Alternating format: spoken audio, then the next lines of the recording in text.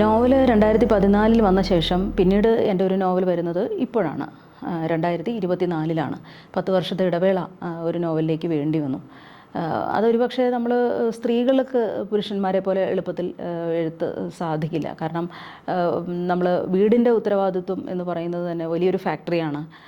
അപ്പോൾ അതിൽ നിന്ന് നമുക്ക് ഒരു പുരുഷൻ എളുപ്പത്തിൽ നോവൽ എഴുതുന്നു, അല്ലെങ്കിൽ മാസത്തിൽ 2-3 നോവൽ പ്രസിദ്ധീകരിക്കുന്നു എന്ന് പറയുന്നത് പോലെ സ്ത്രീക്ക് അത്ര എളുപ്പമല്ല. എന്നെ സംബന്ധിച്ചിടത്തോളം ഇതിനിടയിൽ ഞാൻ 2-3 കഥകൾ, പിന്നെ കഥാസമാഹാരം ചെമ്പരത്തി വരുന്നത്, DC ബുക്സ് പ്രസിദ്ധീകരിച്ച ചെമ്പരത്തി വരുന്നത് ഇതിനിടയിലാണ്. പിന്നെ ഒരു കലാമണ്ഡലം ഹൈദരാലി എന്ന് പറഞ്ഞിട്ട് സംഗീതത്തോടുള്ള അഭിനിവേശം കൊണ്ട് കലാമണ്ഡലം ഹൈദരാലിയെ കുറിച്ചിട്ടുള്ള ഒരു ചെറിയ പുസ്തകം ഭാഷാ ഇൻസ്റ്റിറ്റ്യൂട്ട് പ്രസിദ്ധീകരിച്ച ആ പുസ്തകവും വരുന്നത് ഇതിനിടയിൽ തന്നെയാണ്. ചെറുകഥകളൊക്കെ എഴുതിക്കൊണ്ടിരിക്കെ തന്നെ നമ്മൾ ഒരു പുതിയ നോവലിൻ്റെ ഒരു അടിക്കല്ല് പാകിയിരുന്നു മനസ്സിൽ. അത് നമ്മൾ അതുമായി സഞ്ചരിച്ചുകൊണ്ടിരിക്കുക തന്നെയായിരുന്നു.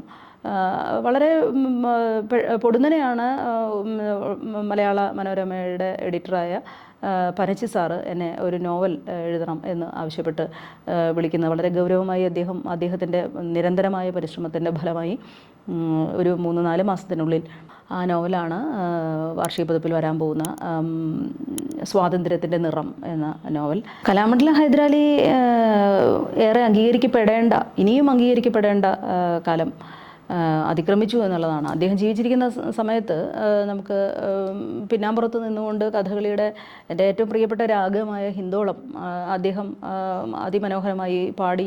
ഞാൻ വളരെയധികം ഹിന്ദോളം നമ്മൾ ഹിന്ദുസ്ഥാനിയിൽ പറയുകയാണെങ്കിൽ മാൽക്കോൺസ് എന്ന് പറയുന്ന രാഗമാണ്. അത് ഗംഭീരമായി പാടി ഞാൻ കേട്ടിട്ടുള്ളത് കലാമണ്ഡലം ഹൈദരാലിയിൽ നിന്നാണ്. ഒരിക്കലും ഞങ്ങൾ തമ്മിൽ ഫോണിൽ സംസാരിക്കുകയും ചെയ്തിരുന്നു. പക്ഷേ ഈ പുസ്തകം പ്രസിദ്ധീകരിച്ച് വരുമ്പോൾ അദ്ദേഹം ജീവിച്ചിരിപ്പില്ല. അദ്ദേഹത്തിൻ്റെ കുടുംബത്തിൽ എല്ലാവർക്കും തന്നെ ആ പുസ്തകം വായിച്ചിട്ട് ഇഷ്ടപ്പെട്ടതായിട്ടാണ് ഞാൻ അറിയുന്നത്. അദ്ദേഹത്തിൻ്റെ കഥകളി സംഗീതത്തിൻ്റെ പ്രത്യേകത എന്ന് പറയുന്നത് അദ്ദേഹത്തിൻ്റെ സമർപ്പണം തന്നെയാണ്. അതിൽ സത്യസന്ധമായ ഒരു സമർപ്പണം, സംഗീതത്തോട് അദ്ദേഹം കാണിക്കുന്ന ഒരാദരവ്,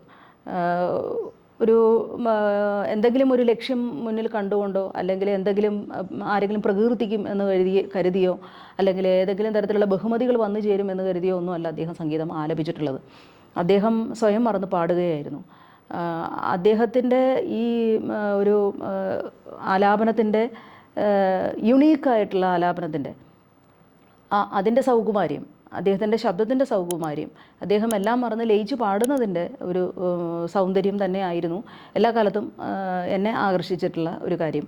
ഞാൻ മുൻപ് സൂചിപ്പിച്ചു, സംഗീതവുമായി ബന്ധമുള്ള ഒരു കുടുംബം ആണ്, സാഹിത്യവുമായി ബന്ധമുള്ളൊരു കുടുംബം ആണ് എന്ന് ഞാൻ പറഞ്ഞിരുന്നു. അതിൽ മാത്രമല്ല, നമ്മൾ തൃപ്പൂണിത്തുറയിൽ ജീവിച്ച് വളരുന്നു എന്ന് പറയുമ്പോൾ കഥകളിയുമായി ബന്ധപ്പെടാണ്ട് ഒരു ആൾക്ക് അതുവഴി കടന്നു പോകാൻ സാധിക്കില്ല. അപ്പോൾ കലാമണ്ഡലം ഹൈദരാലിയൊക്കെ ധാരാളമായി വരികയും പാടുകയും ഒക്കെ ചെയ്തിട്ടുള്ളതാണ്.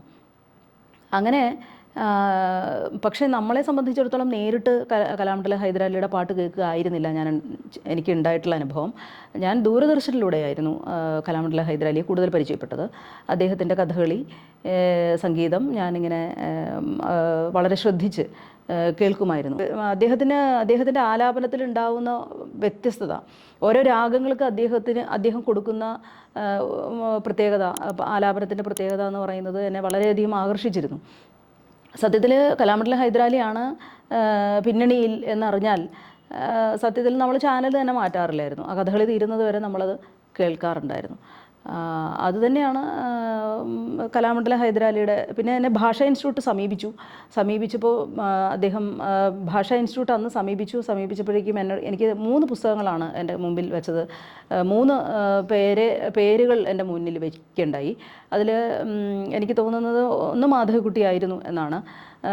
പിന്നീടാണ് കലാമണ്ഡലം ഹൈദരാലിയുടെ പേര് അവർ പറഞ്ഞത്. ഞാൻ തിരഞ്ഞെടുത്തത് കലാമണ്ഡലം ഹൈദരാലിയെ ആയിരുന്നു.